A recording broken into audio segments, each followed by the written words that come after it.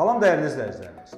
Bu günləri sizə biçim öncəsi kombaynlara hansı texniki qulluqlar olunmalıdır, bunlar haqqında ətraflı məlumat verəcəyik. Əməkdaş Zamin, demək başlayaq burada hansı mövzudan, hardan başlayaq?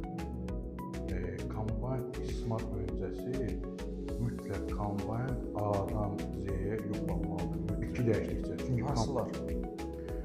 Atıram məsəl üçün, arpa buğdada kombayn heç bir şey dəyişmir. Yəni, bir növdə olur da, bitki növü dəyişir. Qarğıdalı, keçdik günə baxan, nə bilim, keçdik qarabaşaq, keçdik düyü.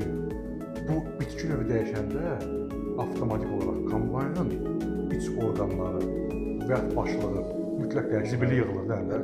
Hasad düzgün alınmır. Alınmır da.